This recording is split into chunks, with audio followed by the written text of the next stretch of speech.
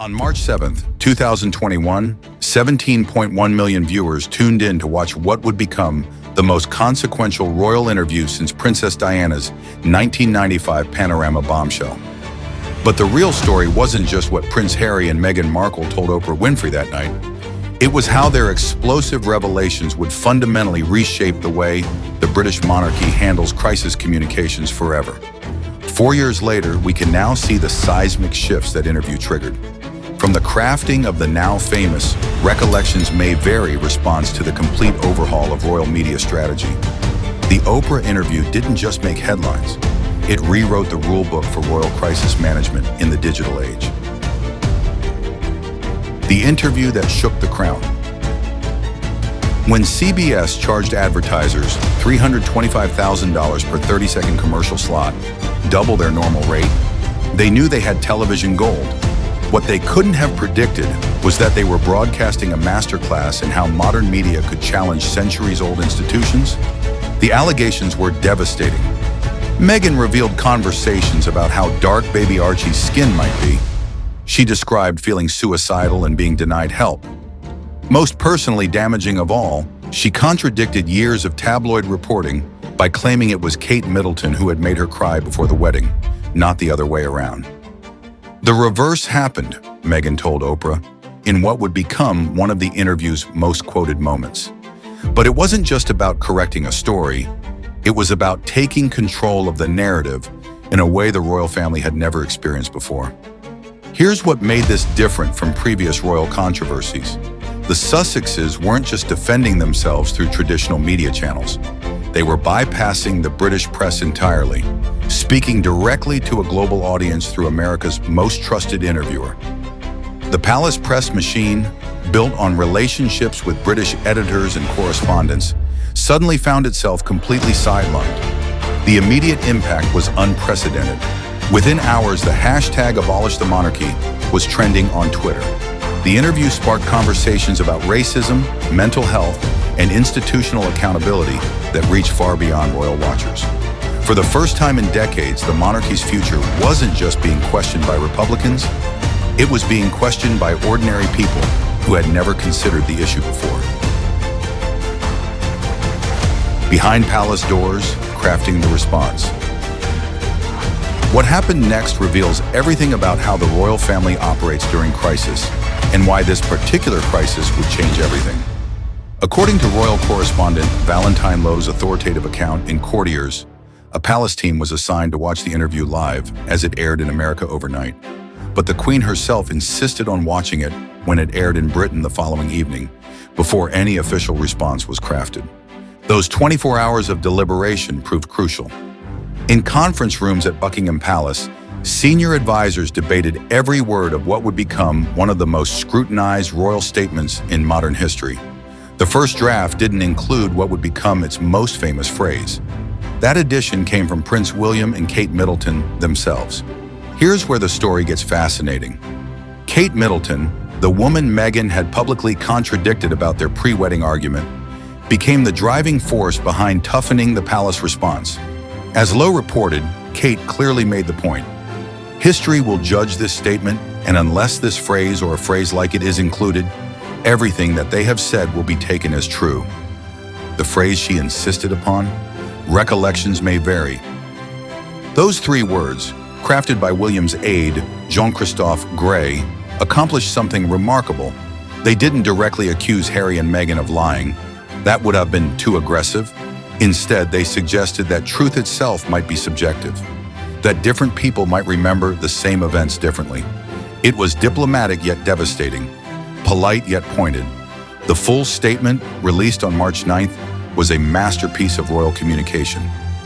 The whole family is saddened to learn the full extent of how challenging the last few years have been for Harry and Meghan. The issues raised, particularly that of race, are concerning. Recollections may vary, but they are taken very seriously and will be addressed by the family privately. Harry, Meghan, and Archie will always be much-loved family members.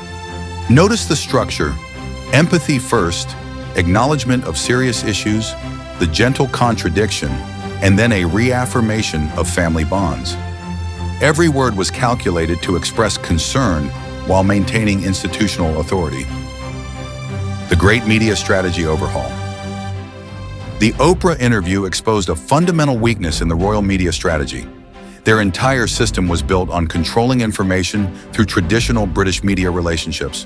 When Harry and Meghan went directly to American television, bypassing Fleet Street entirely, the palace found itself fighting a war with outdated weapons.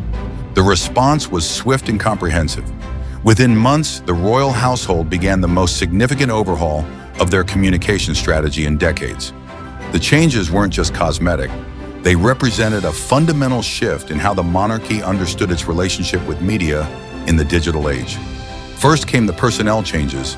The palace began recruiting communications experts with experience in crisis management and digital media, not just traditional royal protocol.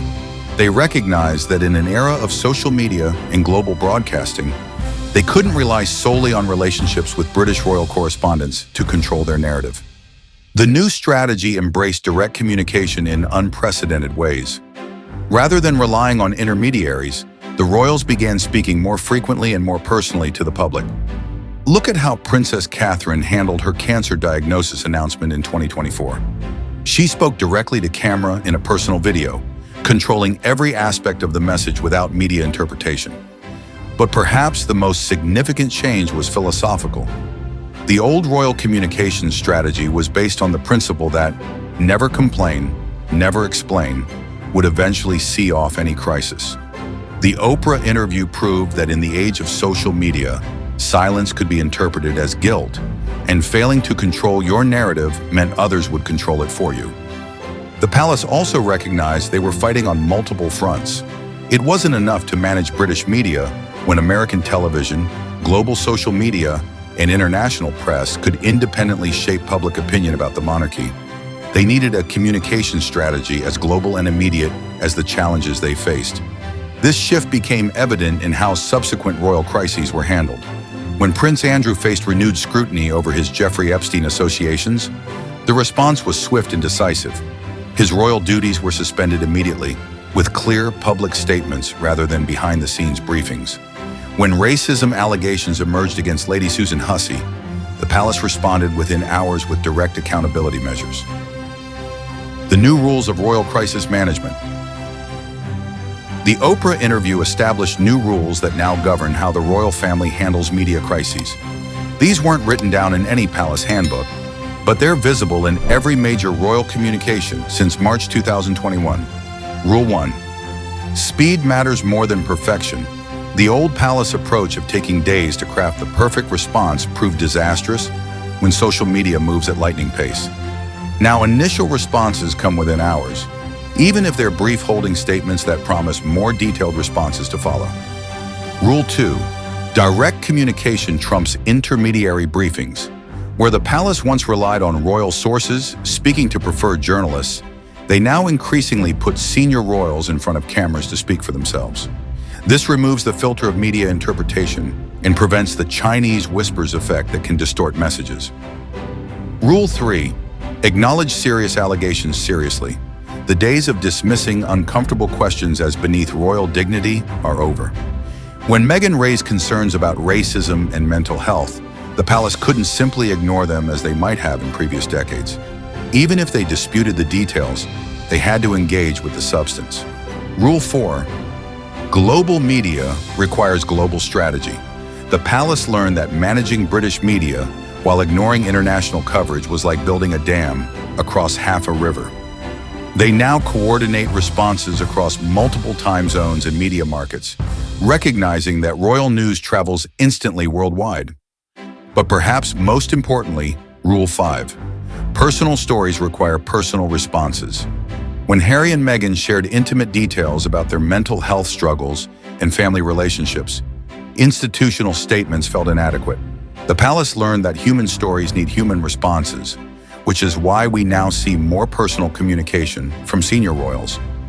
These new rules were tested repeatedly in the years following the Oprah interview. When Princess Catherine underwent surgery and began cancer treatment, the communication strategy reflected all these lessons learned. The initial statements were prompt but protected privacy. When speculation grew dangerous, Catherine herself spoke directly to the public. The message was carefully coordinated globally, and the tone was appropriately personal for such an intimate revelation. The lasting transformation and future implications. 4 years after the Oprah interview, we can see its lasting impact across every aspect of royal communication. The monarchy that responded to Harry and Meghan's allegations with Recollections may vary, is fundamentally different from the institution that exists today. The most visible change is in transparency. The royal family now proactively shares information that once would have been closely guarded. Financial details, working arrangements, and even personal health challenges are discussed with unprecedented openness. This isn't accidental. It's a strategic response to the lesson that information voids get filled by speculation and rumor. The interview also accelerated the monarchy's modernization timeline. King Charles III's vision of a slimmed-down monarchy was partly practical. Fewer working royals meant lower costs, but it was also strategic. A smaller, more focused royal family could be more easily managed and less prone to the kind of freelancing that led to the Oprah interview in the first place. The digital transformation has been equally significant. Royal social media accounts now function as primary news sources rather than just promotional tools. When Princess Catherine announced her cancer diagnosis, the video was released simultaneously across all royal social platforms, ensuring the message was controlled and unfiltered. This direct-to-public communication model was unthinkable before the Oprah interview exposed the limitations of traditional media relationships. Perhaps most importantly, the interview changed how the royal family thinks about accountability. The old model assumed that royal authority was self-justifying, that the monarchy's legitimacy was inherent rather than earned. The Oprah interview demonstrated that modern audiences expect institutions to justify their actions and address concerns transparently. This shift is visible in everything from how the palace handles diversity and inclusion. They now publish annual reports with specific targets and progress updates, to how they respond to operational criticisms, with detailed explanations rather than dignified silence. Looking ahead, the lessons of the Oprah interview will shape royal communications for decades to come. The monarchy learned that in the digital age, you can't control information. You can only hope to influence it through speed, authenticity, and strategic transparency. The interview also highlighted the unique challenges facing a hereditary institution in an era of earned authority. Every future royal crisis will be measured against the Oprah standard. Did the response come quickly enough? Was it personal enough? Did it address concerns directly rather than deflecting them? Most significantly, the Oprah interview established that members of the royal family are no longer bound by institutional loyalty when that loyalty conflicts with their personal well-being. This precedent fundamentally changes the dynamics of royal family relationships and will influence how future generations of royals navigate their roles. The monarchy that emerges from this transformation may be smaller, more transparent, and more accountable, but it's also potentially more resilient. By learning to communicate authentically about challenges rather than pretending they don't exist, the royal family has adapted to survive in an age where privacy is impossible and public trust must be continuously earned. The Oprah interview lasted just 2 hours, but its impact will reshape royal communications for generations. In forcing the monarchy to confront the difference between managing information and earning trust, Harry and Meghan's televised allegations didn't just create a crisis. They catalyzed an evolution that may ultimately strengthen the institution they sought to challenge. This analysis is based on verified reporting from authoritative sources including Valentine Lowe's courtiers, CBS viewership data, and documented palace statements and policy changes from 2021 to 2025.